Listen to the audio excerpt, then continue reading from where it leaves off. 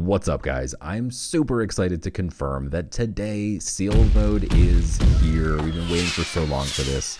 I've actually had the privilege of testing it over the last couple of weeks, so I can already tell you that it's extremely fun.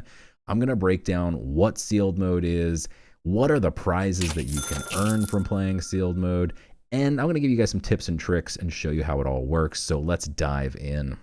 So what is sealed mode? So basically, instead of constructed modes where you can use any cards you buy, in sealed mode, you actually are given a set of random cards, as is everyone else. So everyone's on a level playing field in terms of you can't just buy all the most expensive cards and play with them.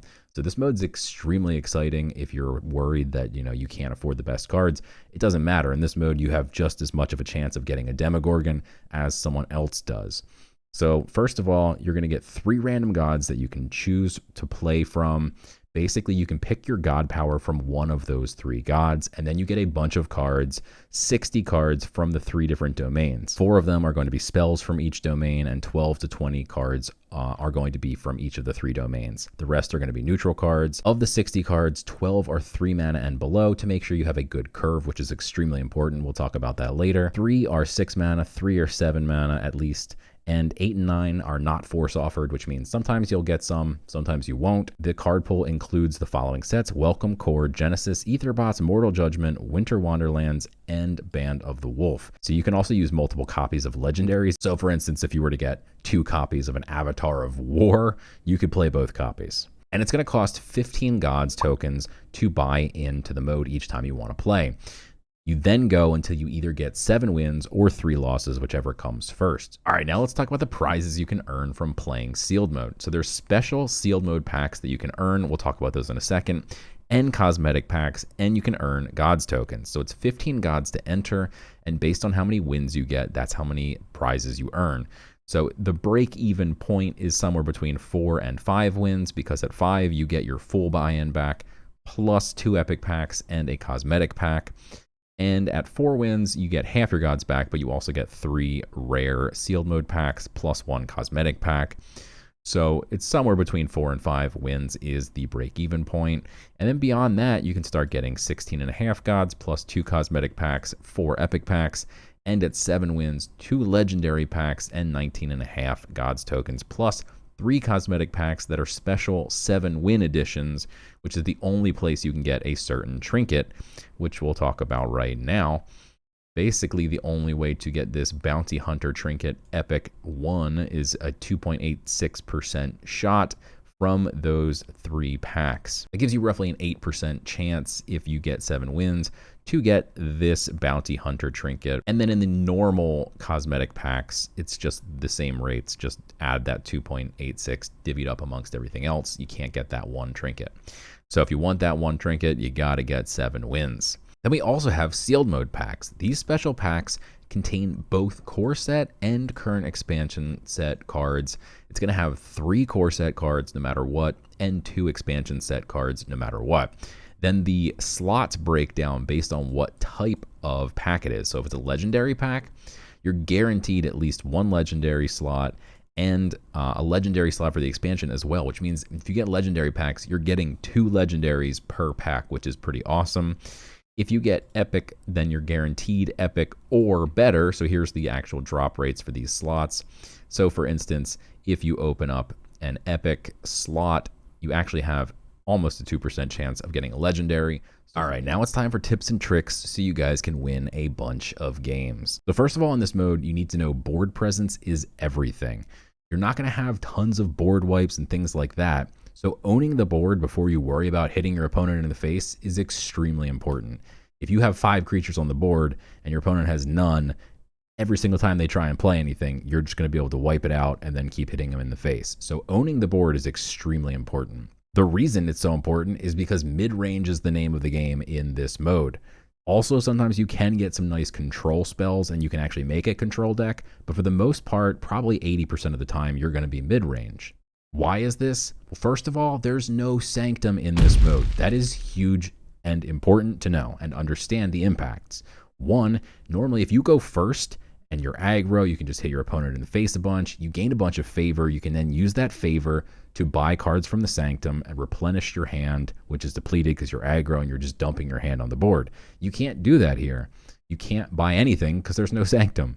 So going first is not as a big advantage anymore because there's no Sanctum. And second of all, there's not really going to be any aggro decks to begin with because you'd have to get a really, really lucky high rolled pool where you have tons of cards that are all under 5 or 6 mana that are all just phenomenal. Otherwise, aggro is just not, you can't just spam a bunch of bad 1-drops and 2-drops. You're going to lose.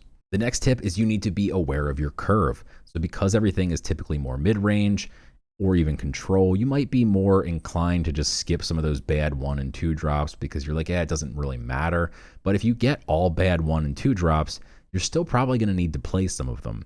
You don't get to choose which cards you have in your pool. So if they're all bad, you're going to have to pick the best of the worst, and you can't just skip them because if you don't play anything on turn 1 or 2, meanwhile your opponent is developing their board, unless you have a bunch of board wipes, you're going to get run over. What are the best god powers in sealed mode? First of all, in the S tier slot by itself, you've got Summon Acolyte.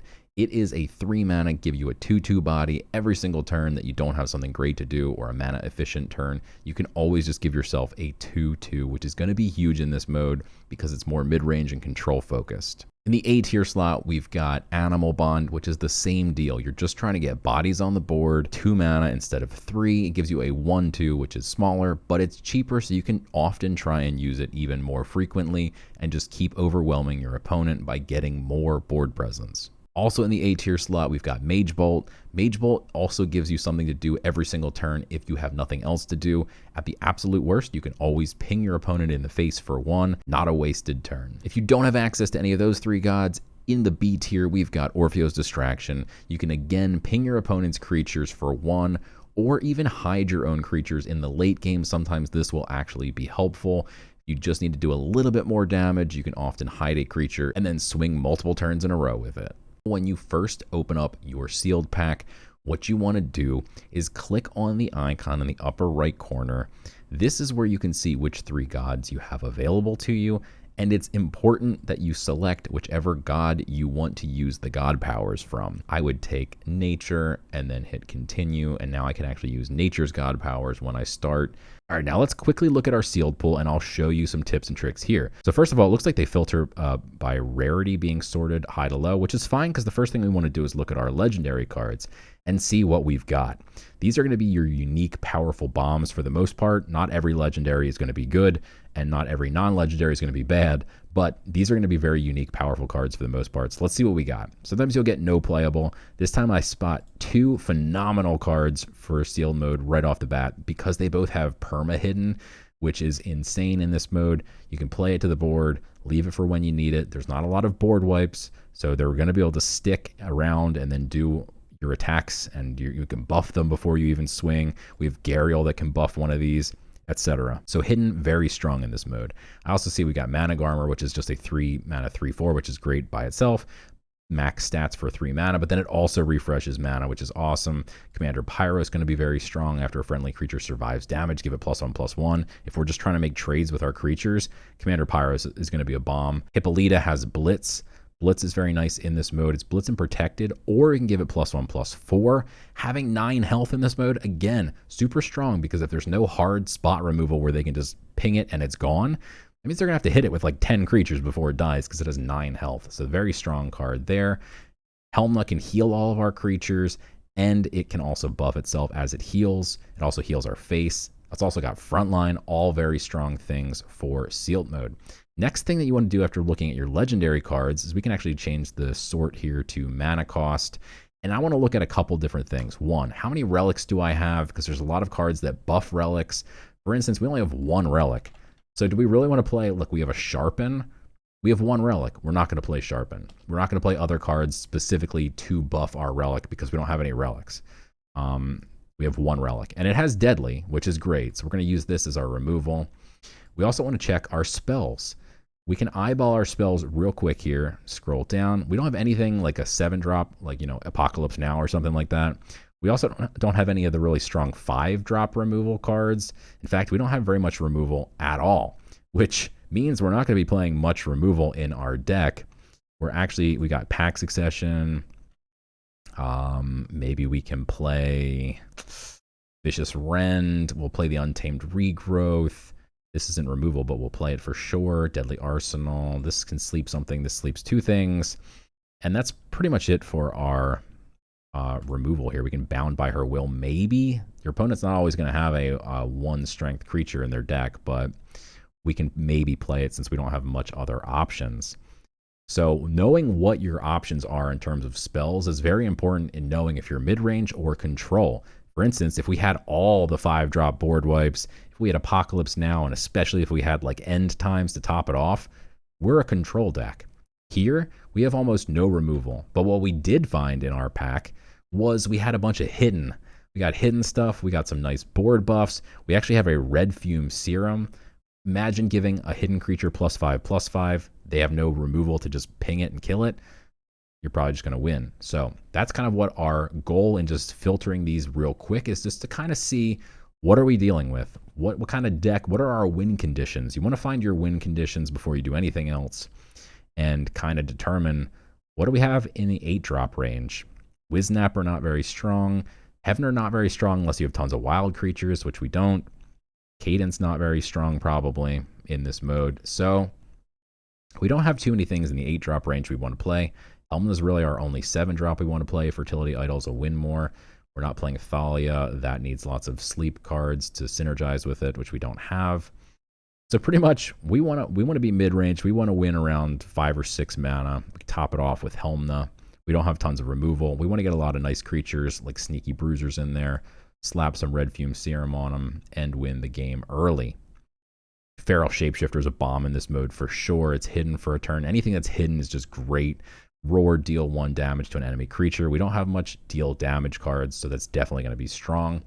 And then I'm going to fill out the rest of my curve here with creatures. This is a great in this mode creature because it's actually a creature that you could play in a normal mode.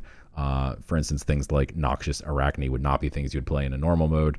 Leviathan Hunter actually gives us 1 more relic, even though it will be weak 1/1. It's still very strong. You play this on turn 1. You have a relic that can help control the board as well.